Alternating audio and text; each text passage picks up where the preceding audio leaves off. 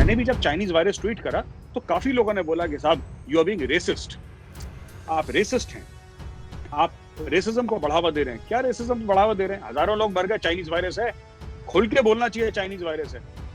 इसमें कोई हमें शर्म नहीं होनी चाहिए। मुल्क के मुल्क अंडर क्वारंटीन है और इन सब से जीता कौन? पूरे में फायदा किसको हुआ? एंड में चाइना को फायदा हुआ, क्योंकि चाइना मैन्युफैक्चरिंग हब था वर्ल्ड का। लोग चाइना को, इंडिया ने भी हजारों वेंटिलेटर्स के ऑर्डर चाइना को दिए हैं। तो अगर आप पूरा ओवरऑल सिनेरियो देखें, जिस तरीके से चाइना ने इसको प्ले करा है, ये डेफिनेटली चाइनीज गेम प्लान है। This is all part of web of 5th generation warfare, this is all part of grey zone warfare, this is all part of non contact, non kinetic, asymmetrical war. ये कोविड-19 का जो मसला हुआ है, इसके बाद China किस तरीके से ग्लोबली पैसा भेज रहा है और जर्नलिस्ट को खरीद रहा है। और भाई जर्नलिस्ट भी तो क्या है, ये तो बिकने वाला माल है ना। कोई नहीं बिकता है, कोई बिक जाता है। जो नहीं बिकता उसका ईमान ठीक है, जो बिक गया वो चाइना ने खरीद लिया उसको, तो वो चाइना का गाना गा रहे हैं। क्योंकि लोग सड़क पे आ गए। वैभव, आपने भी वीडियोस देखे होंगे, बड़ी मुश्किल से चाइना से वीडियो निकलते हैं, लेकिन लोग सड़क पे आ चुके हैं। वहां पे लोग मारपीट कर रहे हैं पुलिस के साथ। And China is like a virus itself. China खुद एक मुल्क है जो कि कोविड-19 जैसा है। मैं व्यूअर्स को पहले तो एक नया प्रणाम है, कोरोना प्रणाम, कोरोना प्रणाम। दूर से मैं कोरोना प्रणाम आपको करूंगा। दूर से हाथ हाथ मिलाने का तो रिवाज अब रहा नहीं। और आप डिफेंसिव ऑफेंस को आप सब्सक्राइब करें और आप बेल आइकन दबाएं, फौरी तौर पे आपको नोटिफिकेशंस मिले इस चीज के, और देखते रहिए चैनल, आपको पता लगेगा दुनिया में हो क्या रहा है। आसान शब्दों में, in the language that you understand, उस जबान में जो आप समझते हो, उस चीज को इस तरीके से एक बड़े दोस्ताना तरीके से आपको पेश करेंगे हम लोग। वैभव और हम आते रहेंगे और दूसरा वीडियो जल्दी आपके पास लाएंगे। तो सर सबसे पहला सवाल जो हमारा है कि सर ये जो कोरोना वायरस है सर, ये चाइना से निकला है सर, इसको लेकर के सर आप, अगर आपका एक ओवरव्यू हम जानना चाहें कि आप इसको किस तरीके से देखते हैं। देखिए, मैं तो ये मानता हूँ वैभव कि ये बिल्कुल ट्रंप ने ठीक कहा, ये चाइनीज वायरस ही है। पहले तो क्लियर कर लें बात। और लोग दिल्ली वैली बोलते हैं, आप दिल्ली आए, आपने कुछ खाया, आपका पेट खराब हो गया। हम लोगों ने तो कभी ऑब्जेक्ट नहीं करा। हम लोगों ने ये कभी नहीं बोला कि साहब आप दिल्ली वैली क्यों बोल, हमने पिक्चर बना दी उसके ऊपर, बॉलीवुड ने मूवी बना दी इसके ऊपर। तो चाइनीज वायरस है, पहली बात ये। मैं तो इस तरीके से देखता हूँ, ये फैला है, 30,000 से ज्यादा मौतें हुई हैं, millions of people have been infected, कई मुल्क के मुल्क अंडर क्वारंटीन है।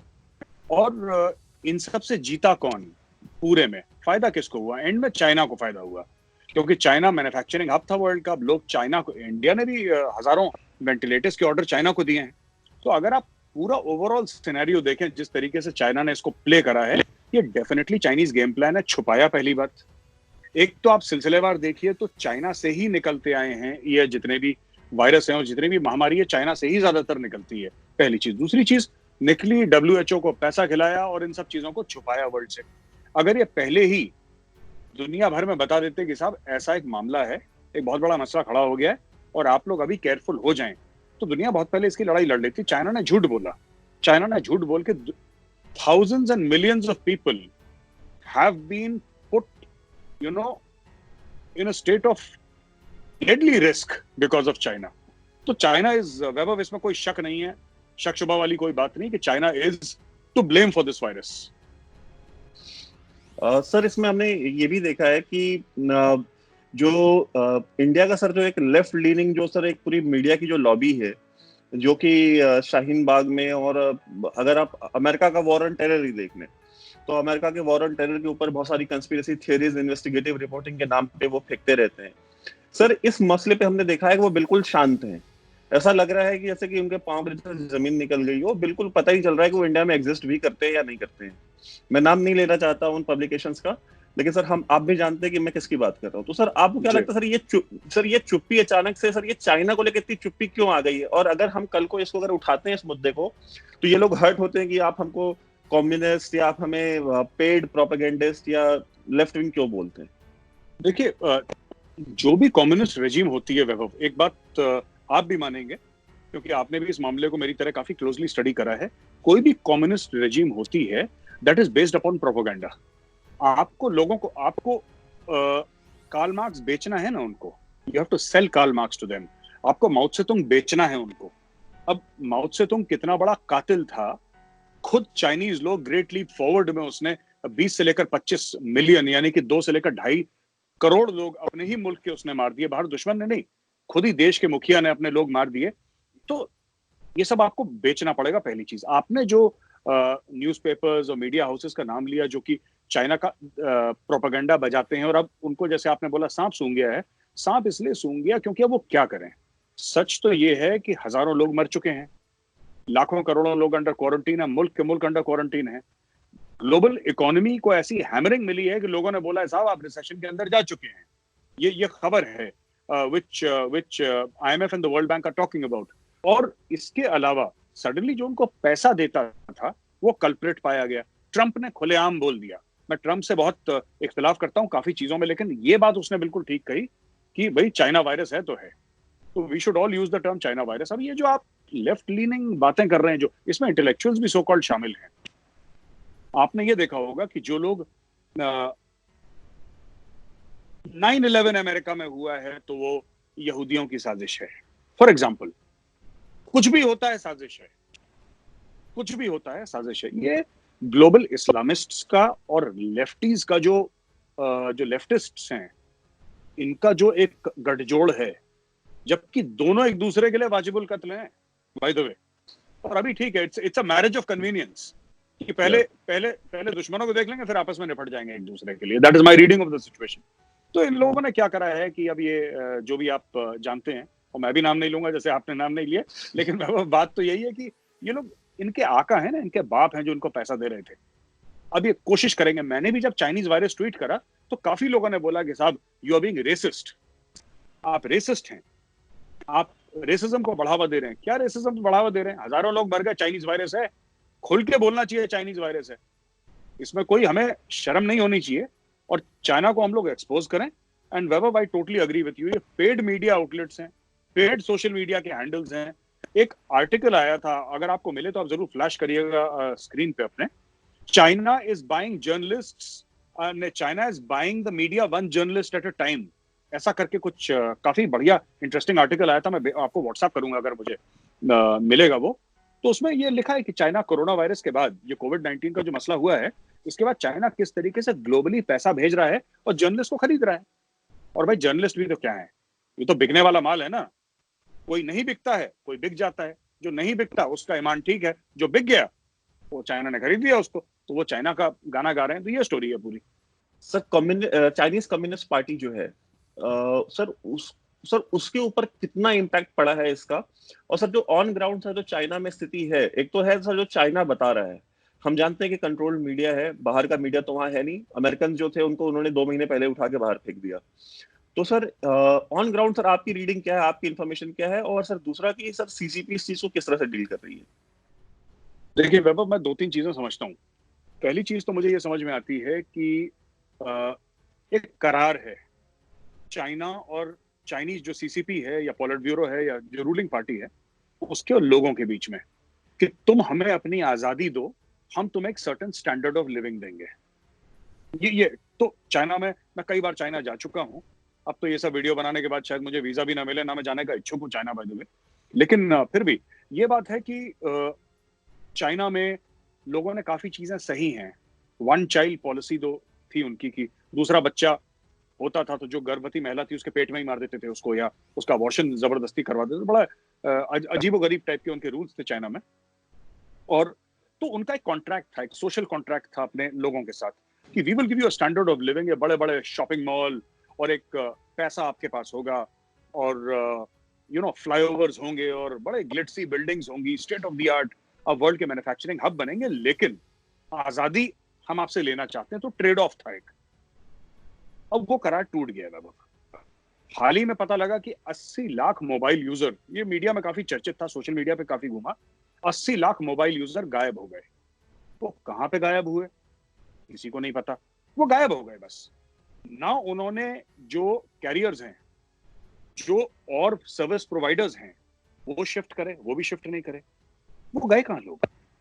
तो कोई ना कोई छुपा 80 लाख, कोई ऐसे हम 10, 15, 20 हजार चाइना जैसे बड़े मुल्क में, जिसकी वर्ल्ड की सबसे ज्यादा पॉपुलेशन है, अगर इतने लोग चाइना में गायब होते 10, 15, 20 हजार, तो कोई पूछता भी नहीं, पता भी नहीं लगता। लेकिन 80 लाख लोग अचानक ओवरनाइट गायब हो गए। अगर उनको क्वारंटाइन में भी डालते हैं तो क्वारंटाइन में फोन तो काम करते हैं, हम भी क्वारंटाइन में हैं, फोन तो काम कर रहे हैं। तो ऐसी बात नहीं है कि फोन काम नहीं करते, तो वो लोग कहाँ गायब हुए, पहली चीज। दूसरी चीज, चाइनीज इकोनॉमी बहुत बैडली हिट हुई है, और कहीं ना कहीं दुनिया को, और मैं ये बड़े जिसको कहते हैं कि after a great deal of thought, मैं कह रहा हूं कि दुनिया को इसका फायदा उठाना चाहिए। For too long China has been the only source of goods in the world. India कुछ कुछ बनाता है, ताइवान कुछ कुछ बनाता है, वियतनाम कुछ करता है, you know all these places they do something और द अदर। अमेरिका अपना कुछ थोड़ा सा हायर लेवल की गुड्स बनाता है, यूरोप बनाता है, लेकिन चाइना इज, और शुड आई से was, the global manufacturing hub. अब चाइना की इकोनॉमी ऑलमोस्ट क्रैश हो गई है पिछले 50 सालों में, सबसे आप कह सकते हैं कि लोएस्ट एब पे आ गई है, और उस लेवल पे आ गई है जब चाइना कुछ नहीं था, कि अग्रेरियन इकोनॉमी थी, उस लेवल पे चाइनीज इकोनॉमी आ गई है। तो हिंदुस्तान में जो लोग कहते हैं कि नहीं चाइना को कुछ नहीं हुआ, और वो कॉन्स्पिरेसी थ्योरी चलती है कि सब दुनिया की मैशत बिगाड़ दी, इकोनॉमी बिगाड़ दी और खुद बड़े मजे, ऐसी बात नहीं है। चाइना की बड़ी सॉलिड हैमरिंग हुई है, ये बात सच है। जहां तक सीसीपी की बात है, कम्युनिस्ट पार्टी ऑफ चाइना की बात है, जो सब कंट्रोल कर रही है, उसमें जो सेकंड इन कमांड है शी जिनपिंग के नीचे, जो नंबर 2 है शी जिनपिंग का, उसने पॉलिट ब्यूरो को चिट्ठी लिखी है और ये बोला है कि साहब इस पे इंक्वायरी हो, हमारे इतने लोग मर गए हैं, दुनिया में हमारी थू हो रही है। क्योंकि आपने भाई शी जिनपिंग को पकड़ा जो दिया आपने चाबी ना किले की, आपने बोला कि you are emperor Xi, you are not the president, you are not the head of the communist party, you are the emperor of China. तो आपने उसको एम्परर का खिताब दे दिया, लाइफ लॉन्ग उसका आपने बना दिया लाइफ लॉन्ग उसको। तो इसलिए I think power went to his head. अब communist party of China is asking for some sort of accountability within the system, क्योंकि लोग सड़क पे आ गए। वैभव, आपने भी वीडियोस देखे होंगे, बड़ी मुश्किल से चाइना से वीडियो निकलते हैं, लेकिन लोग सड़क पे आ चुके हैं। वहां पे लोग मारपीट कर रहे हैं पुलिस के साथ। एक प्रोविंस का नाम मैं हुनान प्रोविंस या कोई मैं नाम भूल रहा हूँ, वहां पे हजारों हजारों लोग सड़क पे आ गए, पुलिस के साथ उनकी झड़पें हुई, जो कि चाइना में अनसुनी टाइप की बात है। चाइना में ऐसा होता नहीं है, लोग खौफ में ही बेचारे जीते हैं, खौफ में मर जाते हैं। लेकिन these people were they had come out on the streets, they were protesting, they were fighting against the police। जो हांगकांग में प्रो डेमोक्रेसी के जो प्रोटेस्ट्स हुए थे, आपने देखा था कि उसमें कई लोग मारे गए। एक तो वो पहले से चलता आ रहा है, that is pre corona virus, and after this is happened. So ये जो it's unravelling at the seams, जिसको हम इंग्लिश में कहते हैं ना, कि स्लोली चाइना का पूरा एक हुआ, हम लोग कहते हैं ना यूपी में भोकाल, जो चाइना का बन रखा था, भोकाल टाइप का बड़ा, कि साहब ये हैं, भैया जी आएंगे तो ये कर देंगे, ऐसा कहते हैं लखनऊ कानपुर, भैया जी आएंगे, तो वो भैया जी का भौकाल अब जा चुका है।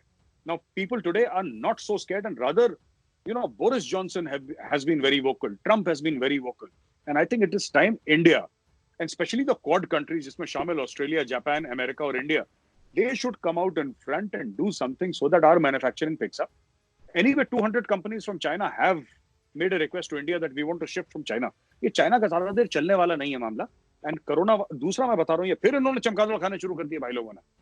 चाइना में आज फिर चमगादड़ खाने शुरू कर दिए। एक बच्चे का वीडियो आया है आज, मैंने पता नहीं आपको भेजा कि नहीं भेजा, वो बच्चा वो जिंदा फ्रॉग खा रहा है। वो छोटा सा बच्चा, ही इज एन इन्फेंट, वो 1.5 साल का भी नहीं है, वो माँ की गोद में बैठा होगा किसी की, वो वेरी स्मॉल किड, वो जिंदा फ्रॉग खा रहा है। तो फिर तो होगा ये सब जो हो रहा है। और एक दूसरा मसला है इसका कि बायोलॉजिकल वेपन्स का जो लैब का मामला है, जो farmer defence minister Parrikar also said, I think 2014-2015 में शायद कुछ उन्होंने ऐसी बात कही थी कि we should prepare, army has been preparing for biological warfare, biological, chemical, nuclear warfare for a very long time. But ये चाइना से जो आसार आ रहे हैं, जो दिख रहे हैं हमें, those are not healthy for the world. China has now become a danger to the world. जैसे आपने देखा होगा, पिछले 30 साल से तो हम टेररिज्म से जूझ रहे हैं, और इजराइल तो अपने इंसेप्शन से जूझ रहा है। आई थिंक 48-49 जब भी स्टेट ऑफ इजराइल बना था यूएन चार्टर के तहत, तब से इजराइल भी जूझ रहा है टेररिज्म से। ये दो मुल्क थे, भारत और इजराइल, जो टेररिज्म से जूझे, जिन्होंने लड़ाई लड़ी टेररिज्म के खिलाफ। पर लोगों ने कभी इसको सीरियसली नहीं लिया। लोगों ने बोला साहब ये डिसअफेक्टेड एलिमेंट्स हैं फ्रॉम अ सर्टेन कम्युनिटी जो कि ऐसा कर रहे हैं, या XYZ। लोगों ने कभी इसको लॉ एंड ऑर्डर प्रॉब्लम कह दिया, कभी इसको पुलिस मैटर कह दिया। घंटी इनकी तब बजी जब 9/11 हुआ।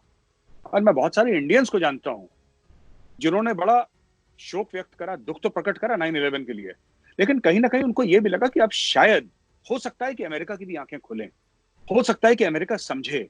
उनको बहुत दुख हुआ। And personally, I was shattered when I saw those towers falling down and 3,000 लोग मारे गए, उससे ज्यादा लोग मारे गए 9/11 अटैक्स में. बट कहीं ना कहीं अमेरिका को उसके बाद पता लगा कि साहब ये लॉ एंड ऑर्डर प्रॉब्लम नहीं है, ये टेररिज्म है. उसी तरीके से जो बायोलॉजिकल टेररिज्म चाइना कर रहा है, और ये पहली चीज नहीं, इसके पहले भी हो चुका है, 2 बार पहले भी हो चुका है, बहुत बड़े, जो almost the level of a plague, और ये तो प्लेग से आगे ही पहुंच गया. ये जो चाइना से निकला है, लेवल ऑफ अ प्लेग, तो मैं कह रहा हूँ यूरोप में प्लेग हो चुका है बहुत पहले, इंग्लैंड में हो चुका है, but I am using the word plague to explain this concept. अगर हम इस चीज को सीरियसली नहीं लेते इस वक्त, तो जो दाम दुनिया ने दिया था, जो कॉस्ट दुनिया ने पे करी थी, 9/11 जैसी कॉस्ट पे करी थी, वैसे ही आप बायोलॉजिकल वॉरफेयर का एक 9/11 की कॉस्ट आप देखेंगे आगे.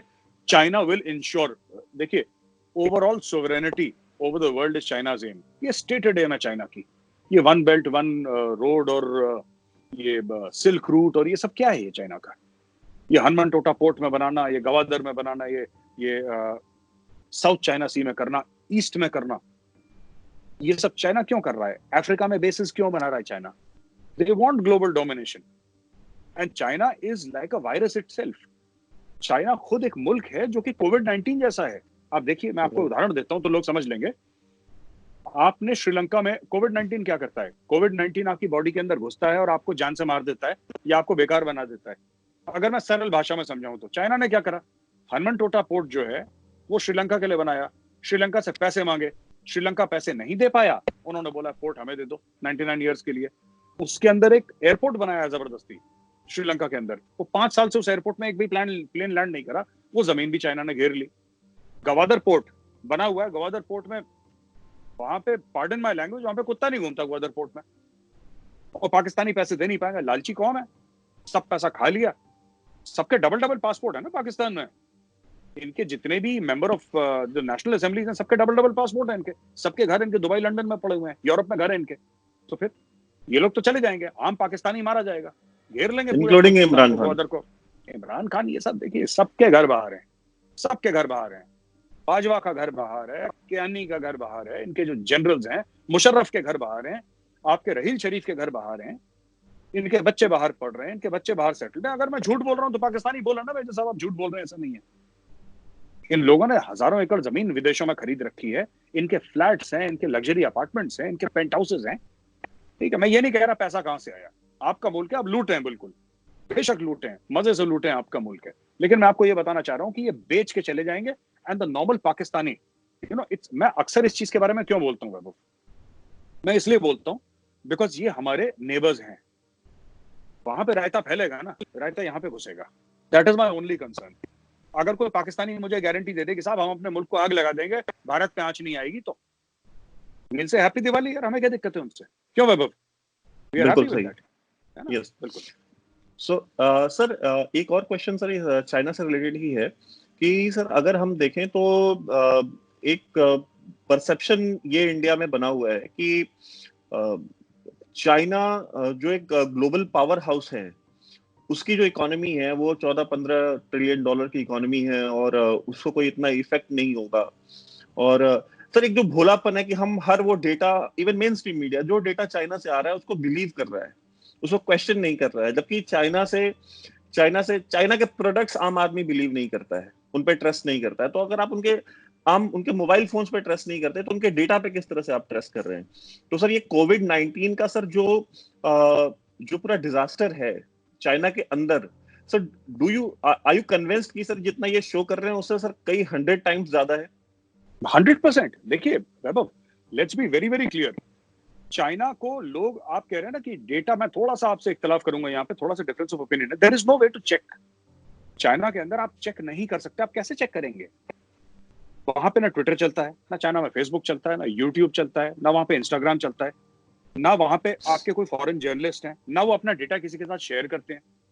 चाइना के बारे में तभी पता लग सकता है अगर ग्रुप ऑफ हैकर्स हैं, वो पीपल्स लिबरेशन आर्मी या कुछ ऐसे कोई इनके इदारे का सर्वर हैक कर दें और वहां से इंफॉर्मेशन ले आए और वो मान लें कि साहब ये सच्ची इंफॉर्मेशन है, तब जाके चेक हो सकता है. वरना चाइना तो लाइक इंडिया शेयर करता है अपना. India sharing it's data with WHO. China कहता है साहब, अगर चाइना ये कहता है कि हमारे यहाँ 3,000 अफराद जो हैं वो फौत हुए हैं, फॉर एग्जाम्पल 3,000 लोग हमारे मारे गए, आपको भरोसा करना पड़ेगा चाइना पे, क्योंकि चाइना आपको कभी सच बताएगा नहीं। मैंने आपको बताया ना, कोई भी कम्युनिस्ट रेजीम जो है, it is based upon lies and propaganda.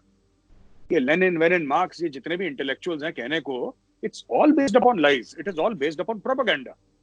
Sir तो यू नो द डब्ल्यूएचओ का भी, फाइट। जी जी सर जी हमने प्लीज। सर हमने डब्ल्यूएचओ को भी देखा है कि WHO has emerged as one of the most corrupt organizations in the world at the moment. जिस तरह से चाइना ने इसको पूरा कवर अप करा, इस पूरे इंसिडेंट को, इस पूरे वायरस को, कि ये पहले उन्होंने बोला कि ये फैलता नहीं है और ये टच से नहीं, इसके इन्फेक्शन नहीं होते हैं, और human to WH human transmission नहीं होता। हाँ ह्यूमन टू ह्यूमन ट्रांसमिशन नहीं होता। जी। तो सर डब्ल्यूएचओ को, sir how do you think कि सर मतलब हमसे कहा डब्ल्यूएचओ का अगेंस्ट सर कोई एक्शन नहीं हो रहा है, और जो ऑफिसर्स हैं सर, अभी कल मैं एक इंटरव्यू देख रहा था, ताइवान का एक जर्नलिस्ट है जो कि यूएस बेस्ड है, उसने ताइवान को लेके जब उसने क्वेश्चन करने की कोशिश करी, तो द डब्ल्यूएचओ ऑफिशियल वो बहाने करने लग गया कि मुझे आवाज नहीं आ रही है और वो लैग हो रहा है system. Would the WHO consider Taiwan's membership?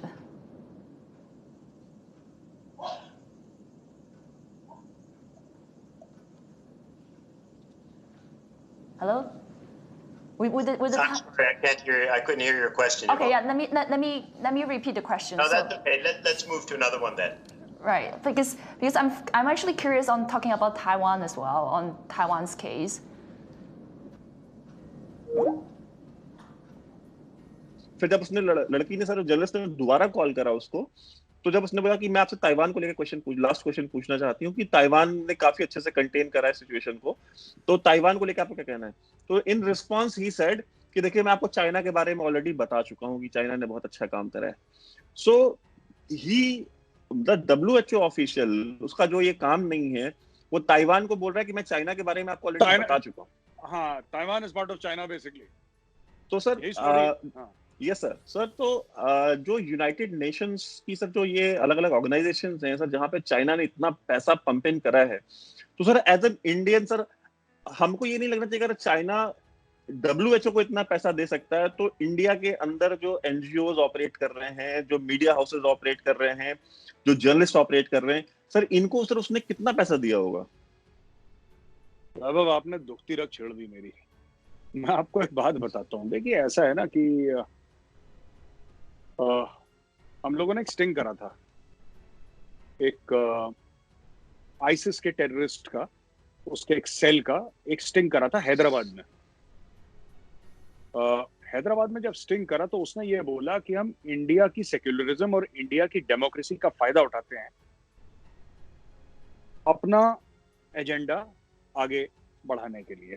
He said that on screen, it was showed on television also. और एक इन्वेस्टिगेटिव रिपोर्टर थी, मेरी बड़ी क्लोज फ्रेंड है, and she is the one who did this. Wonderful. वो गई बिल्कुल ISIS के वहां पे अंदर और ढूंढ ढांड के निकाला, और उसने बोला कि आप लोगों की जो डेमोक्रेसी है, आप लोगों की सेक्युलरिज्म है, उसका हम फायदा उठा सकते हैं और उठाते हैं, और आप ही को ठोकते हैं हम लोग आपकी पॉलिसीज का फायदा उठा के। देखिए बात यह है कि ये जो स्लीपर सेल्स हैं यहाँ पे, या फिर जो यहाँ पे कुछ मीडिया हाउसेस हैं, यहाँ पे कुछ जो एनजीओज हैं, यहाँ पे और सोशल बॉडीज हैं यहाँ पे who are funded, this is all part of web of 5th generation warfare, this is all part of grey zone warfare, this is all part of non contact, non kinetic, asymmetrical war. तो ये asymmetric war जो चल रहा है, इन सब का part है ये लोग, और इस तरीके से ये लोग करते हैं। बहुत फैला हुआ है ये, पर आप कुछ कर नहीं सकते। मैं आपको बताता हूं, देयर आर पीपल, मैं गया सीआरपीएफ वालों के साथ छत्तीसगढ़ के अंदर, I lived in the red corridor, जहां पे हर दूसरे दिन आईडी का ब्लास्ट होता है और सीआरपीएफ वाले शहीद होते हैं, वहां पे लड़ रहे हैं। और वहां पे आपके सीआरपीएफ वाले एक ऑफिसर, वो ऑफिसर था, यंग ऑफिसर था, हो गया ऐसी 30-32 साल का, उस यंगस्टर ने मुझे एक चीज बताई, तो मुझे इतना दुख हुआ सुन के। उसने ये बोला, ही टेल्स मी कि मेजर साहब मैं आपको एक बात बताना चाहता हूँ, हम कभी नक्सलियों से नहीं डरे, हमें कभी इस बात का डर नहीं लगा कि वो हमारे सीने में गोली मार देंगे। हमने तो जिस दिन वर्दी पहनी थी, हमने सोच लिया था क्या तो मरेंगे या मारेंगे, और सीआरपीएफ के किसी अफसर या जवान को मौत से डर नहीं लगता। तो मैंने बोला फिर परेशानी क्या है?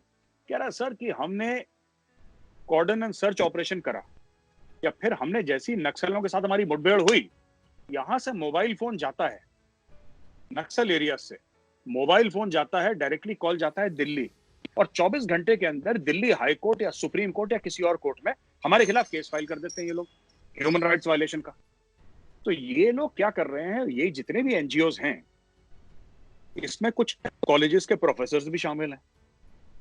तो एक पूरा एक इकोसिस्टम है। एक तो चीफ मिनिस्टर भी है। अब आप क्या बताएं इसका, बताइए आप, इसका क्या इलाज क्या है इसका? तो there are people who are part of this ecosystem and there are people who feed this ecosystem. कैसे फीड करते हैं मैं आपको बताता हूं। आपने यंग लोगों को आपने लिया और आपने उनको इंडोक्ट्रिनेट करा। अभी एक जामिया के एक प्रोफेसर का आया था कि मैंने सीए के प्रोटेस्ट्स में जिन्होंने पार्ट नहीं लिया वो 15 नॉन मुस्लिम स्टूडेंट्स को मैंने फेल कर दिया, आपने सुना होगा। Highly condemnable. हम इसको कोई कॉम्युनल रंग नहीं दे रहे। जो times of India, Hindustan times, बड़े बड़े अखबारों में जो खबर आई है, इंडियन एक्सप्रेस में जो आई है, हम वही खबर कोट कर रहे हैं, राइट? उसने ऐसा करा। वैसे ही लोग जेएनयू में भी हैं, who will fail students if you don't subscribe to the left ideology। और ये मुझे बड़े सीनियर जेएनयू के स्टूडेंट्स ने, जो कि अब they have left JNU, they are ex JNU, अपना कोई काम कर रहा है, कारोबार में अपना है, उन्होंने बताया कि हमारे टाइम पे हमारे खिलाफ ऐसी चीजें होती थी वहां पे। They have told me that यहाँ पे ऐसी चीज होती थी जहां पे it was a stated aim कि भाई if you don't believe in the communist ideology, अगर आप लाल सलाम नहीं कहते तो हम आपको फेल कर देंगे, हम आपको हैरेस करेंगे। तो इंडिया के एजुकेशनल इंस्टीट्यूट्स में हो रहा है। अब आप आइए एनजीओस पे, आपने एनजीओस की बात करी। अब एनजीओस में आपको फंडिंग मिल रही है, एनजीओस आपके नाक के नीचे काम कर रहे हैं। देश को खोखला करने में मैंने एक ट्वीट भेजा था और काफी लोगों ने मुझे बोला, भरा बोला, काफी लोगों ने अप्रिशिएट भी करा। मैंने बोला कि इस मुल्क में जितने भी किले फतेह हुए हैं, इतिहास गवाह है कि दरवाजे अंदर से खुले हैं। एक खास मिट्टी में गद्दार पैदा होते हैं, यहाँ पे भी गद्दार हैं बहुत ज्यादा। और किसी में बाहर की मैं बता रहा हूँ, हमारे यहाँ ऐसे ऐसे लोग हुए, ऐसे ऐसे वीर योद्धा हुए। आपको क्या लगता है, एक अटल जी की पुरानी स्पीच थी जिसमें वो अफगानिस्तान गए और वो वहां पे गए गजनी, आपने सुनी होगी अटल जी की स्पीच, बड़ी आइकॉनिक स्पीच है अटल जी की, and he was very fantastic. वैसे भी बड़े धाकड़ स्पीकर थे वो। तो उन्होंने बोला जब मैं गजनी में गया तो मैंने बोला ये महमूद अब गजनी ये है कौन इतना बड़ा आदमी जिसके बारे में हमारी हिस्ट्री में और तारीख में, इतिहास में इतना बोलते थे। तो वो अफगान जो उनके साथ था, मिनिस्टर जो उनके साथ था, मिनिस्टर इन वेटिंग या जो भी कहते हैं, जो कि इनके साथ लगा हुआ था, उसने बोला साहब वहां पे तो कुछ नहीं, धूल उड़ती है, आप जाना क्यों चाहते हैं वहां पे? तो उन्होंने बोला नहीं मैं देखना चाहता हूँ, मैंने इतिहास में बड़ा पढ़ा है, ये गजनी या गजनवी कोई ऐसी जगह थी। तो when he went to Ghazni then he realised कि वहां पे तो कुछ नहीं, कुछ टूटे फूटे हट्स हैं, झोपड़ियां हैं, और वहां पे देखा धूल उड़ रही है, वहां पे कुछ है ही नहीं।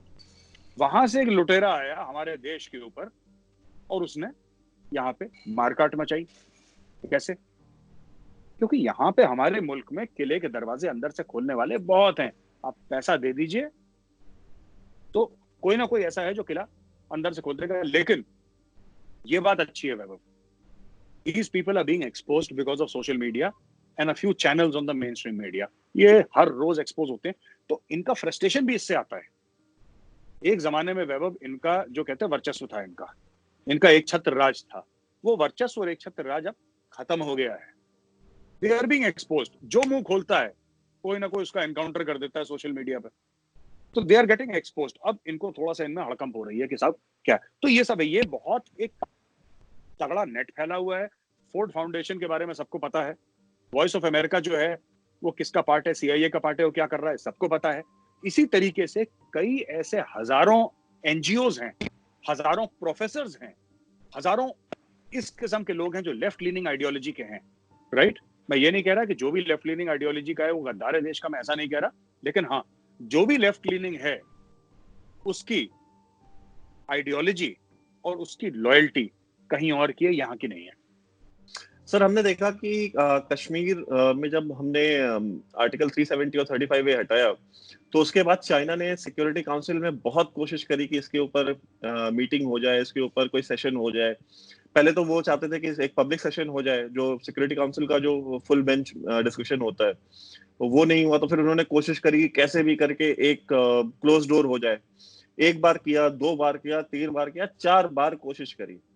तो सर जहां भी इंडिया की कोई कमजोर नस होती है उसको सर दबाने में चाइना कभी भी पीछे नहीं हटता। तो सर आपको नहीं लगता है कि India must lid at this moment a global front against China, कि चाइना कम से कम इस डैमेजेस पे करे कंट्रीज को।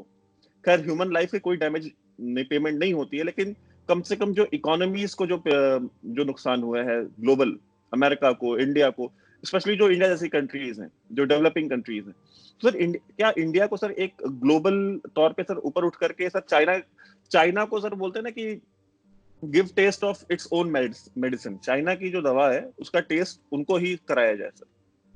देखिए वैभव, इसमें भी 2-3 बातें आपको बताता चलूं। पहली चीज तो ये है कि हाँ ठीक है, जो हम लोग बात करते हैं कि चाइना को फाइन्स पे करने चाहिए लोगों को, कंट्रीज को, वो ठीक है, वो एक तरफ की बात है।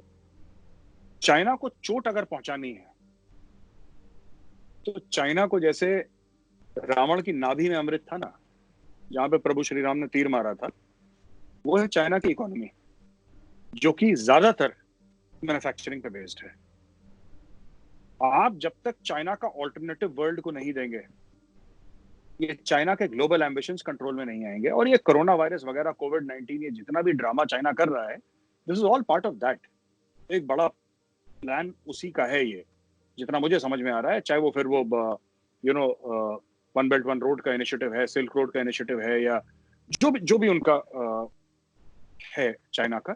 तो जब तक आप इसमें, सबसे बढ़िया है एक तो आप चाइना के ऊपर केस करिए इंटरनेशनल कोर्ट ऑफ जस्टिस में, पहली चीज, जो आपके सवाल का जवाब है। दूसरी चीज, countries like Thailand, Vietnam, Indonesia, Malaysia, India, ये बेल्ट वाली जितनी भी कंट्रीज हैं जहां पे लेबर अवेलेबल है और स्किल्ड लेबर अवेलेबल है, इन कंट्रियों को हाथ मिलाना चाहिए।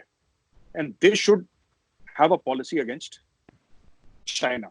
पॉलिसी अगेंस्ट चाइना कैसे? ऐसा नहीं कि हम लोग बैठ के भैया एक कमरे में साजिशें कर रहे हैं चाइना के खिलाफ, नहीं। मैं ये कह रहा हूं कि आप ऐसा माल बनाएं, आप ऐसा माल बनाएं जो दुनिया में चाइना का एक ऑल्टरनेटिव आप लोगों को दें। अब मैं एक उद्योगपति से बात कर रहा था वैभव कल शाम को, तो फोन आया उनका, एक कंपनी रन करते हैं, उत्तर प्रदेश में ही कंपनी रन करते हैं, और वो कंपनी काफी लोगों को एक्सपोर्ट करती है। वो, मैं कंपनी का नाम नहीं लूंगा। उनकी कंप्लेंट थी, कह रहा साहब हमारी क्वालिटी अगर आप देखिए, क्वालिटी अगर आप हमारी देखिए, तो हमारी क्वालिटी चाइना से कम नहीं, चाइना से ज्यादा ही है। चाइना की क्वालिटी तो घटिया है, हमारी क्वालिटी ऐसी है कि लगभग 80 से 100 देश हमारा माल खरीदते हैं, जिसमें यूरोपियन नेशन शामिल हैं, जिसमें आपके अमेरिका शामिल है, कनाडा शामिल है, ये सब देश शामिल हैं उसमें। वो हमारा माल खरीदते हैं। क्वालिटी खराब होती, कौन खरीदता हमारा माल? कोई नहीं खरीदता, लेकिन लोग खरीदते हैं हमारा माल। अब लेकिन हिंदुस्तान में ब्यूरोक्रेसी इतनी है, रेड टेपिज्म इतना है, access to capital is very difficult, और हर चीज करने में बहुत एक, देखिए हर चीज करने में यहाँ पे बड़ा एक स्ट्रगल है इंडिया में। मोदी जी कहते रहते हैं कि मैंने कम करा है, जरूर कम हुआ है, इसमें कोई डाउट नहीं कि कम हुआ नहीं हुआ, जरूर कम हुआ है। लेकिन आपको ये देखना, अगर मैं होता तो मैं क्या करता। ये पेन है, ये पेन का मैन्युफैक्चरर अगर वैभव चाइना में है कोई, ठीक है, उसको उसकी सरकार क्या फैसिलिटीज दे रही है? जमीन दे रही है, राइट? पेन की जगह आपका ये मोबाइल फोन हो सकता है, ठीक है। उसकी सरकार उसको मोबाइल फोन या पेन बनाने के लिए क्या फैसिलिटीज दे रही है? आपको उससे अच्छा देना है, आपको उससे आगे जाके देना है। आप रेड टेपिज्म खत्म करिए। अगर आपको चाइना से लड़ना, मैं बता रहा हूं सबसे बड़ा हथियार चाइना से लड़ने का क्या है इस वक्त, it is not the armed forces only. China से सबसे बड़ा हथियार है जो इंडिया का जो टेक्नोक्रेट है, और नाम लूंगा मैं ई श्रीधरन का, जिन्होंने मेट्रो बनाया दिल्ली का, फिर वो टेम्पलेट बना, मतलब हिंदुस्तान भर में जो मेट्रोज कई सारे अब तो बन चुके हैं, ई श्रीधरन वाला टेम्पलेट, डॉक्टर सिवन जो है इसरो वाले, वो वाला टेम्पलेट। मैं बता रहा हूं, अगर आप ये टेम्पलेट को अपना लेंगे, ये काम आपका हो जाएगा। फाइनेंस मिनिस्टर, आप एक तगड़ा फाइनेंस मिनिस्टर लगाइए, आपके पास इतने रिसोर्सेज हैं, ह्यूमन रिसोर्स, आपके वर्ल्ड का बेस्ट ह्यूमन रिसोर्स इंडिया में।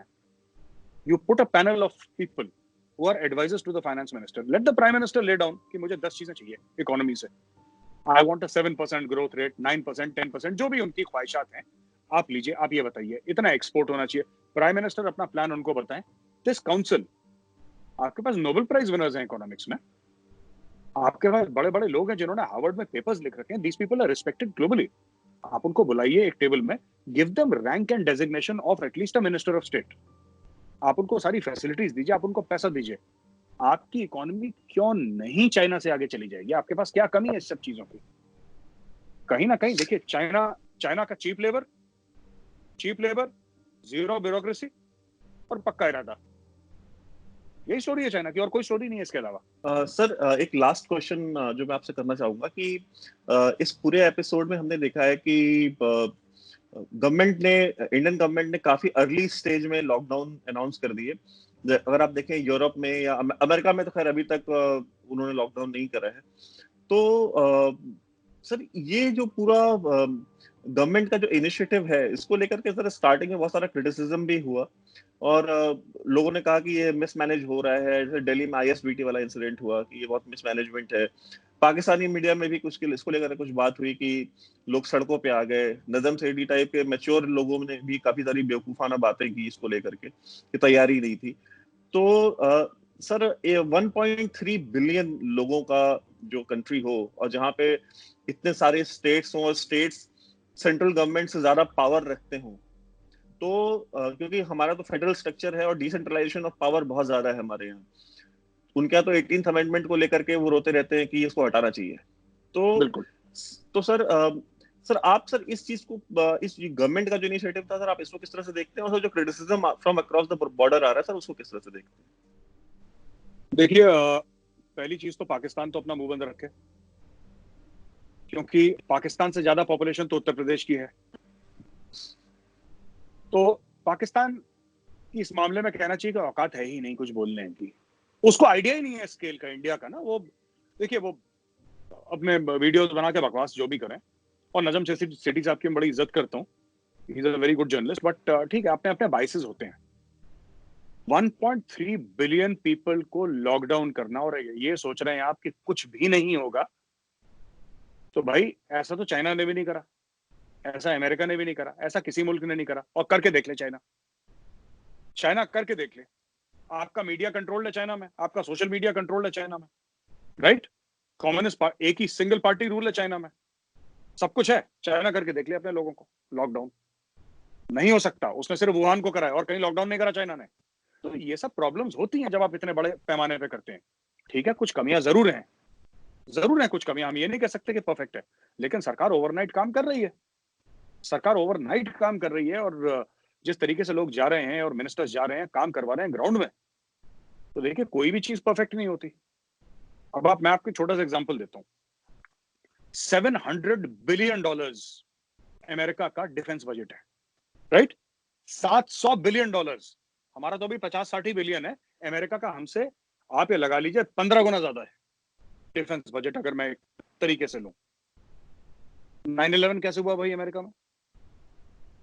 आप बताइए। आपका $700 बिलियन का बजट, सैटेलाइट्स आपकी, स्पेस आपका, स्पेशल फोर्सेस आपकी, मरीन्स आपके, दुनिया CIA आपकी, सब कुछ आपका। 19 हाईजैकर्स आए और अमेरिका को घुटने टिकवा दिए, ऐसा कैसे भाई?